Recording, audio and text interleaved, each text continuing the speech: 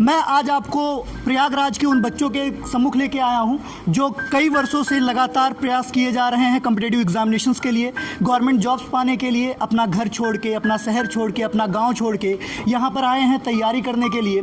और गवर्नमेंट की नीतियों के आगे वो विवश हो चुके हैं क्योंकि उनके पास कोई ऑप्शन बचा नहीं है। प्राइवेटाइजेशन की वजह से भी उनका रोजगार छिनने के कागार पे है, जिसकी उम्मीद में वो अपना गाँव घर छोड़ के यहाँ पर आए हुए हैं। तो आइए हम जायज़ा लेते हैं इन बच्चों की स्थितियों का कि आखिर उनका क्या विचार है गवर्नमेंट की नीतियों के प्रति, आखिर वह कहाँ तक संतुष्ट हैं और इसका क्या क्या प्रभाव पड़ेगा। आइए शुरू करते हैं दोस्तों। बोलिए आप सर, बोलिए सर। आपका नाम क्या है भैया? हमारा नाम शेर सिंह यादव है सर। शेर सिंह यादव है। कहाँ से हैं आप? सर हम प्रतापगढ़ डिस्ट्रिक्ट से। किस चीज़ की तैयारी कर रहे हैं आप? सर हम रेलवे एसएससी की तैयारी कर रहे हैं। अच्छा, रेलवे एसएससी की तैयारी कर रहे हैं। अभी जल्द ही में एनटीपीसी के एग्ज़ाम डेट की घोषणा की गई है 15 दिसंबर से। तो क्या सिर्फ आप एनटीपीसी के एग्ज़ाम डेट को आने से संतुष्ट हैं? नहीं सर, बाकी और जो कोई भी एग्जाम की जो हम लोग ने ऑनलाइन कराए हैं उस सब की भी डेट आनी चाहिए ना। बिल्कुल, कई रिजल्ट्स बचे हुए हैं कई सालों से जो एग्जामिनेशंस कराए जा चुके हैं, पर उसका अभी तक कोई रिजल्ट सामने नहीं आया है। गवर्नमेंट उस पर ध्यान ही नहीं दे रही है। तो आजकल जो अमूमन बच्चे हैं उनकी सबसे बड़ी समस्या यही है कि वह चाहते हैं कि उन्होंने जो प्रतियोगी परीक्षा दी है कम से कम उसका रिजल्ट आए, और जिन एग्जामिनेशंस के लिए उन्होंने फॉर्म अप्लाई किया है, जो एग्जामिनेशन वो देना चाहते हैं, उसकी डेट जल्द से जल्द आए। क्योंकि बच्चे काफ़ी समय से तैयारी कर रहे हैं और लॉकडाउन की वजह से वह अपने शिक्षा को भी पूरा करने में असमर्थ हुए हैं।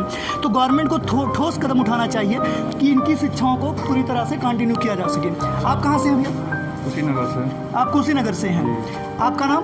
सत्येंद्र कुमार यादव। ये सत्येंद्र कुमार यादव हैं कुशीनगर से। यह अपना घर छोड़ के आए हैं प्रयागराज में तैयारी करने के लिए। किसकी तैयारी करते हैं सर आप? एसएससी की तैयारी कर रहे हैं। और अभी हाल ही में एनटीपीसी का जो आया है एग्जाम डेट, क्या आप संतुष्ट हैं इससे पूरी तरीके से? मैं उससे संतुष्ट नहीं हूँ क्योंकि वेंडर को फाइनलाइज किए हुए ऐसे ही डेट निकाल दिए। जैसे कि एसएससी के फॉर्म्स भरा लिए गए सीजीएल 2019 का, और उसका भी एग्जाम डेट नहीं फाइनल किया गया। सीएचएसएल का भी पेंडिंग में पड़ा हुआ है। एसएससी का जो है ये मेंस होने वाला है जी, ये नवंबर में होने वाला है जी। हम पहले अक्टूबर में होने वाला था तो टाल दिया गया नवंबर में, ऐसे ही टाला जा रहा है। उसके बाद जो एसएससी एमटीएस है जी, ये एमटीएस का फॉर्म आने वाला था ये आपका ये जून में तब से पेंडिंग पड़ा हुआ है। हाँ, तो देखिए दोस्तों, किस तरह से बच्चे गांव घर छोड़ के लगातार मेहनत किए जा रहे हैं नौकरी पाने के लिए, लेकिन सरकार उनके ऊपर ध्यान ही नहीं दे रही है। प्रयागराज की कैलाशपुरी से कुछ ऐसे छात्राओं से जो अपना घर बार छोड़ के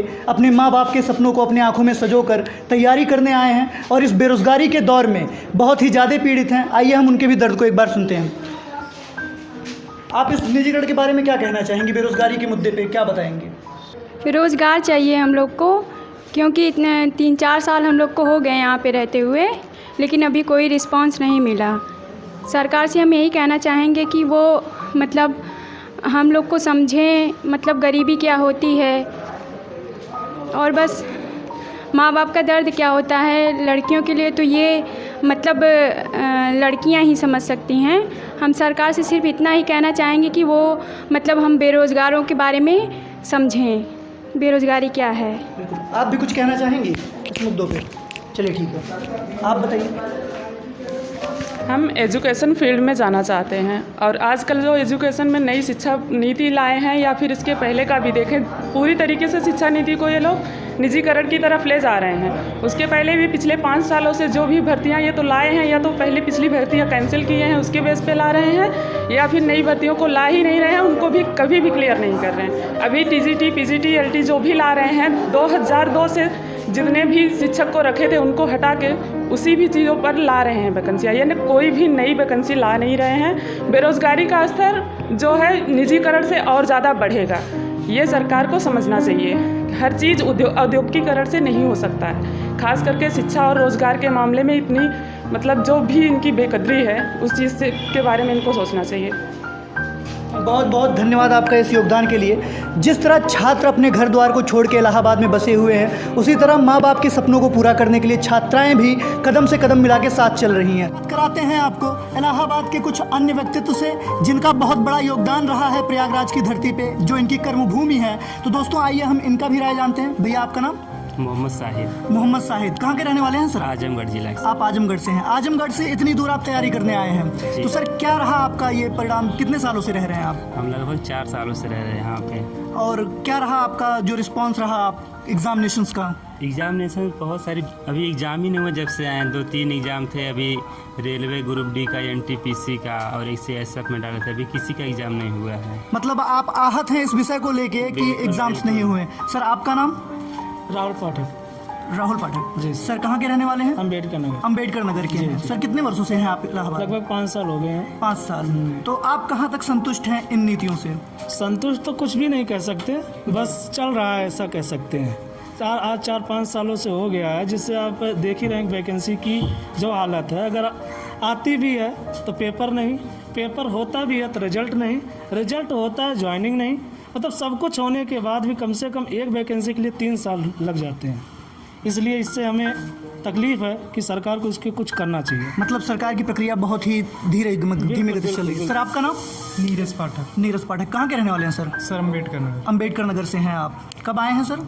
सर अभी तो हमको 2 साल हो गए। 2 साल हो गया। सर किस चीज़ की तैयारी कर रहे हैं आप? हम तो प्रेजेंट टाइम में जो है रक्षा विभाग कर रहे हैं। अच्छा, डिफेंस सेक्टर। तो क्या रहा इन 2 सालों में आपका आकलन? जो मतलब जब तक रक्षा के लिए था तब तक तो ठीक ठाक था, मान लीजिए वो तो जो है ठीक है जी। केंद्रीय वाले में जो आता था वैकेंसियाँ फिक्स थी, आती थी तो हो जाती थी। लेकिन अब क्या भैया ना कि जैसे मतलब अब जो राज्य विभाग में रक्षा पुलिस की होती जी, है, जी। अभी आपसे बताते हैं जेल वार्डरमैन का लगभग 1.5 साल हो गया ऑनलाइन। हाँ, पिछले साल सितंबर में। हाँ, 1.5 साल हो गया लगभग उसके ऑनलाइन का। ना उसका पता है कब एग्जाम होंगे, कब क्या होंगे, कब कोई पता नहीं। ठीक है, और प्रेजेंट टाइम में जो मतलब केंद्र की नौकरियाँ इनकी तो पूछिए मत, इनकी तो बहुत बुरी हालत है। अगर मतलब एक वैकेंसी के लिए आप अप्लाई करते हो तो कम से कम 3 साल का समय दीजिए, 4 साल का, तब जाके आपको कहीं फाइनल रिजल्ट मिले। तो अगर कोई व्यक्ति जिसकी उम्र बहुत कम हो तो वो तो ओवरेज हो जाएगा इस दायरे में। बिल्कुल बिल्कुल, ये तो सरकार को सोचना चाहिए ना। अब इसके लिए जो एक मुहिम होनी चाहिए जो नहीं तो आपने 5 सितंबर को देखा ताली और थाली का जो मुहिम चला एलिवेट कोचिंग की तरफ से, कितना सफल रहा। बहुत और उसका रिस्पांस भी मिला हमें कि NTPC का एग्जाम डेट आ गया। लेकिन सिर्फ NTPC का एग्जाम डेट आने से काम थोड़ी चलेगा, बाकी परीक्षाएं भी बाधित पड़ी हैं। जितने बच्चे हैं, इतने बच्चे जो अपना घर गांव शहर छोड़ के आए हैं इतनी दूर तैयारी करने के लिए, वो उनको यही नहीं पता है कि जिस फॉर्म के लिए वो आवेदन कर रहे हैं उसका एग्ज़ाम कब होगा, उसका रिजल्ट कब आएगा और उसका परिणाम आखिर में घोषित कब होगा, उनको चयन कब मिलेगा, ये भी नहीं पता आएगा कि नहीं, ये भी नहीं पता। जी बिल्कुल, यह सबसे बड़ा दुविधापूर्ण है। अभी तक तो राज्य सरकारें ही भ्रष्टाचार में लिप्त थी, अब केंद्र की भी यही हालत है कि केंद्र सरकार भी जॉब देने में असफल साबित हुई। आइए हम बड़े भाई से बात करते हैं। बड़े भैया आप बताइए, आपके क्या विचार रहे हैं? हमारा भी यही विचार है कि राज्य सरकार पूरी तरह से इस मामले में, भर्तियों के मामले में, खास करके नौकरियों के मामले में पूरी तरह से निष्क्रिय है। एक तरह से कह दीजिए कि निष्क्रिय है। उनको बेरोजगारों का रोजगार, शिक्षा, इस चीज़ पे कोई ध्यान नहीं है। यहाँ आकर के एक छात्र घर से पैसे कैसे पाता है, किस तरह से पाता है, उसका कोई ध्यान नहीं है। मानसिक रूप से प्रताड़ित हो रहा है। एक भर्ती 5-5 वर्ष चलती है। मित्र आपको बताता हूँ सर, 5-5 वर्ष मैं TGT देता हूँ।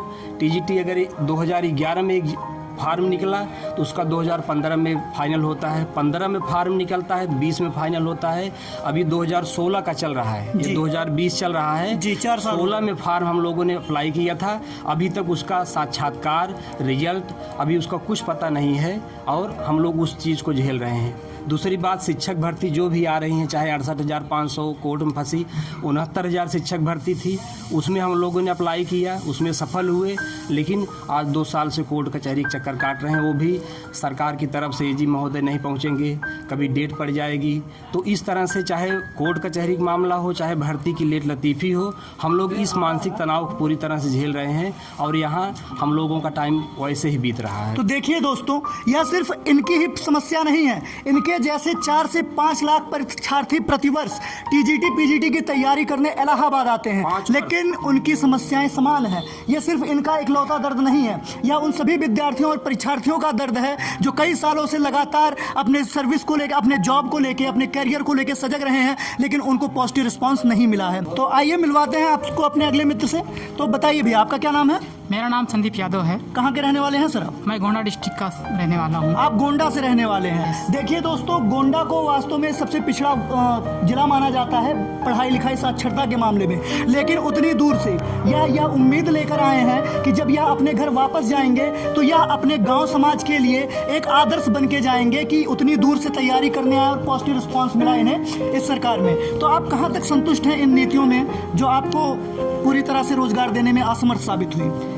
मैं रोजगार देने में अगर असमर्थ हैं तो मैं देखा जाए तो कुछ वर्षों में या फिर पुरानी नीतियों को लेकर या फिर वर्तमान नीतियों को लेकर देखा जाए तो जो निजीकरण का दौर हुआ, इससे लोगों में बेरोजगारी की संख्या ज़्यादा बढ़ गई। क्योंकि आप देखते देखते जाइएगा तो सीटों की संख्या गवर्नमेंट डिपार्टमेंट में कम होती चली जा रही है, और इसी का कहीं ना कहीं का कारण प्रभाव ये बढ़ता जा रहा है बेरोजगारी का बहुत ज़्यादा। अगर इस चंद कुछ सालों में वैकेंसियों का रूप देखा जाए तो वैकेंसी ग्रामीण क्षेत्रों के जो विद्यार्थी रहते हैं उनको कम से कम फ़ायदा होता है, और जो उच्च चंद लोग होते हैं 10 से 5% उन्हीं को ज़्यादा। अगर वो ग्रामीण पृष्ठभूमि के लोग मेहनत करके आगे भी आ जाते हैं तो उनको कहीं ना कहीं उच्च वर्ग लोग अपने पैसे से या बाहुबल से दबा देते हैं, और उसके बाद वो उस वैकेंसी में एंट्री कर जाते हैं और ग्रामीण क्षेत्र के लोग मेरिट से बाहर हो जाते हैं। बिल्कुल ऐसा आप ही नहीं, सभी लोग सहमत हैं इस विषय पे लेके कि पहले के समय में विद्या ही परम धन होता था, उससे बढ़ के कुछ भी नहीं होता था। यदि आपके पास ज्ञान है तो आपके पास संसार है। लेकिन वर्तमान समय में यदि देखा जाए सरकार के निजीकरण के दौर को, तो यदि आपके पास बुद्धि बल, ज्ञान बल, धन बल और बाहुबल, ये समस्त चीज़ें हैं, तभी आप एक सरकारी नौकरशाह के रूप में जाने जाएंगे, अन्यथा आप किसी भी सरकारी नौकरी को पाने में असमर्थ साबित होंगे। ग्रामीण परिवेश से आने वाले सभी विद्यार्थियों की यही दुविधा है कि वो रोजगार पाने में असमर्थ है नहीं, उन्हें बनाया जा रहा है, उनके ऊपर जबरदस्ती ही निजीकरण की नीतियां थोपी जा रही हैं। दोस्तों, यह मुहिम ऐसे ही चलती रहेगी। आज रात 9 बजे सब गवर्नमेंट को उन्हीं के लहजे में एक नया दिशा दिखाएंगे, एक नया जवाब देंगे, शाम को रात में 9 बजे 9 मिनट तक टॉर्च दिया जलाकर। तो आप सभी का इस आंदोलन में स्वागत है। जो जहां से जो भी वीडियो शूट करके भेज सकता है, हमारे टेलीग्राम चैनल एलिवेट कोचिंग पे सेंड करता रहे। आते हैं प्रयागराज के कैलाशपुरी के छात्रावासों में रहने वाले बच्चों के दर्द से, जो इस निजीकरण के दौर में जूझ रहे हैं बेरोजगारी से। तो दोस्तों, आइए हम इनकी राय जानते हैं कि इस बेरोजगारी के दौर में इनकी राय क्या है। सर, हमारी ये राय है कि हमारा नाम पहले जयप्रकाश है जी। मैं सर यहाँ लगभग 4 साल से तैयारी कर रहा हूँ, और हम यूपी PCS या UPSC की जो थ्रू वैकेंसी आती है उनकी UP SSC में। सर, सबसे बड़ी समस्या इस समय से रोज़गार की है। जो वैकेंसियाँ हमारे पिछली सरकारों ने दी है 2016 के, अभी तक हम ऐसे फॉर्म डाले हैं जो कि अभी उनका पेपर तक नहीं हुआ है UP SSC में, और बहुत सारे पेपर ऐसे हो रहे हैं जिनका अभी तक न तो रिजल्ट आया। 2016 का UP PCS UP SSC का पेपर दिया, उसका एक बार 2000 क्या हुआ कि 18 में पेपर जो है कराया गया, वो क्या नाम के कैंसिल, उसका अभी तक रिजल्ट नहीं। 2017 में उसका पेपर दिया था, उसका अभी तक कोई रिजल्ट नहीं आया है। और जहाँ तक की बात रही 2016 में हमने समीक्षा अधिकारी का पेपर दिया था जी, जो कि अभी आने वाली डेट 20 को, इसी 20 सितंबर 2020 में होगी। मतलब इतना लंबा प्रोसेस क्या चल रहा है? ये सरकार की एक मंशा है, और इसके लिए हम यही चाहेंगे, सरकार से हमारी यही अपील रहेगी कि सरकार जो वैकेंसियाँ निकाले उनको 1 साल में क्लियर करे। चाहे अभी एज ये कम कर दें, उससे कोई हमें एतराज़ नहीं, लेकिन हमारी जो वैकेंसियाँ हो प्रोसेस हो 1 साल में हमें ज्वाइनिंग मिलनी चाहिए। निर्धारित समय सीमा के भीतर हमें ज्वाइनिंग मिलनी चाहिए। चाहे आगे उससे एक रेगुलरिटी बनी रहती है कि हमें इस पेपर हमारा क्लियर नहीं हुआ है तो हम अगले के लिए तैयार हो जाएंगे। और जहाँ तक की बात, अगर पता चला हम 2016 से फॉर्म डाले हुए, हमारा रिजल्ट नहीं आ रहा, पेपर नहीं हो रहा है, अब हमारे ऐसे 3 पेपर हैं जो 2016 के ही नहीं हुए हैं, 2007 फिर कहीं नकल हो रहा है। ये सब सरकार की कमियां हैं ना। नकल, अगर आप परीक्षाएं में नकल हो रही है तो ये सरकार की कमियां हैं, उसको सरकार को देखना चाहिए, ना कि वो बच्चों की जिम्मेदारी है। बिल्कुल। यहाँ हम जो है क्या नाम के 2000-3000 रुपये कमरे किराया दे रहे हैं, 4 साल से यहाँ रह रहे हैं, किस लिए रह रहे हैं? एक उम्मीद पे रह रहे हैं ताकि गवर्नमेंट जॉब मिले। एक उम्मीद पे रह रहे हैं गवर्नमेंट जॉब मिले, और हम गवर्नमेंट की प्रिपरेशन इसीलिए कर रहे हैं। बिल्कुल। हम ये आशा नहीं कर रहे हैं कि जो बहुत लोग कह रहे हैं कि अगर मेहनत करोगे तो ही जो है जो मेहनती होते हैं उन्हीं को लक्ष्य मिलता है, ऐसी कोई बात नहीं है। अगर हम मेहनत करेंगे तो हमारे पास एक निर्धारित क्या नाम दायरा होना चाहिए, हमारा चाहिए, हमारा प्रोसेस कंप्लीट होना चाहिए, हमारा प्रोसेस कंप्लीट होना चाहिए। आइए अगले भाई से जानते हैं, आप क्या कहना चाहेंगे? हम और एक बात और कहना चाहेंगे कि सर जैसे जहाँ तक कि रोजगारों की बात है, इस समय जैसे जनसंख्याएं बढ़ रही हैं जी, तो जाहिर सी बात है हमें रोजगार ज़्यादा होने चाहिए, सृजन होने चाहिए, ज़्यादा सृजन होने चाहिए। अब पता चला हमारी जनसंख्या बढ़ रही, काम को ओवरलोड ज़्यादा हो रहा, हमारे पास वैकेंसियाँ दिन पर दिन कम आती जा रही है। ये सरकार की क्या नीतियाँ हैं जो वैकेंसियाँ कम कर रही हैं? इनको बढ़ाने के बजाय ये कम क्यों कर रही हैं? बिल्कुल। प्राइवेटाइजेशन किया जा रहा है, उसका क्या मतलब है?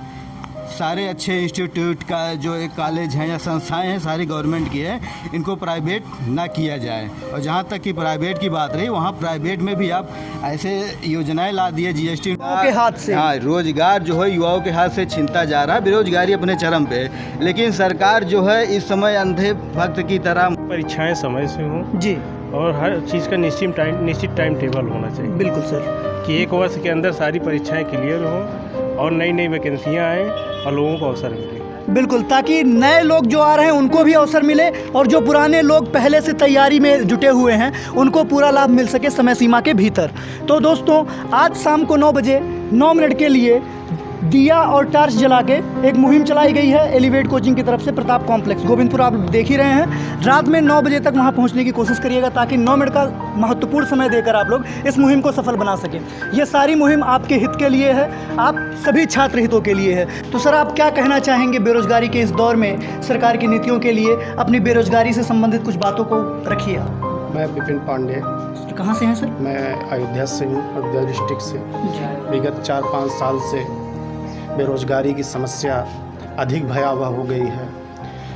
छात्र यहाँ पे शारीरिक मानसिक रूप से प्रताड़ित हो रहे हैं। किसी तरह घर वाले यहाँ जो है आर्थिक सपोर्ट करते हैं कि छात्र अपनी पढ़ाई सुचारू रूप से चला सकें, लेकिन जब सरकार वैकेंसियों को निकालती नहीं और निकालती है तो परीक्षा नहीं कराती, और परीक्षा कराती है तो परिणाम में लेट लतीफ़ी होती है, तो इससे शारीरिक रूप से मानसिक रूप से छात्रों का शोषण होता है।